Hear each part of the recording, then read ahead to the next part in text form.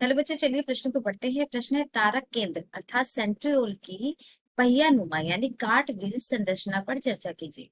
आइए बच्चों, इस प्रश्न के मुख्य अवधारणा की ओर बढ़ते हैं।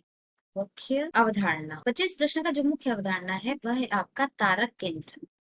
तारक केंद्र, जिसे बच्चों हम सेंट्रियोल भी कहते हैं। सेंट्रियोल बच्चों, सेंट्रियोल सेंट्रोसोम में, सेंट्रोसोम में दो बेलनाकार संरचनाएं हैं बच्चों। एक सेंट्रोसोम में दोनों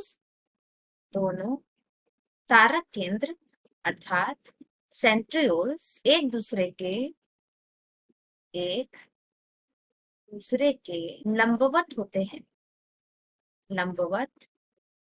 होते हैं जो प्रत्येक तारक केंद्र पहिया नुमा अर्थात काट व्हील की तरह दिखाई देता है। आइए बच्चों, हम चित्र के माध्यम से देखते हैं। बच्चों, यह है आपका तारक केंद्र का चित्र।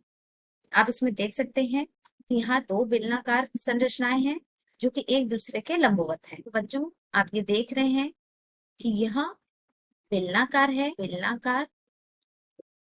तथा पहिए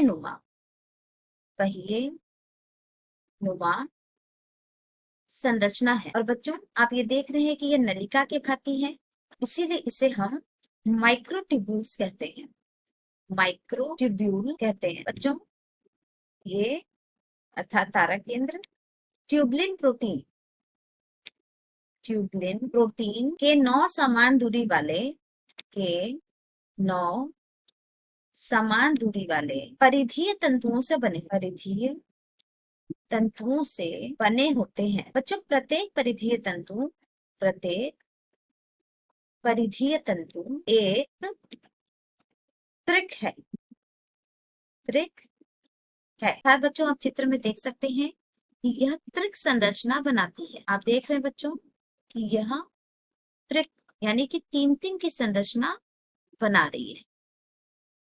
3-3 की संरचना बना रही है, इसीलिए इसे बोलते हैं प्रत्येक परिधीय तंतु एक त्रिक है। आसन्न त्रिक भी जुड़े हुए हैं, आसन्न त्रिक भी, और यह सभी त्रिक बच्चों जुड़े हुए हैं। जो तारक केंद्र का यह भाग समीपस्थ कहलाता है, अर्थात समीपस्थ अंत, और वही दूसरी ओर का भाग, जो आपके दूसरी ओर का भाग है, वह दूरस्थ अंत कहलाता है। बच्चों, समीपस्थ क्षेत्र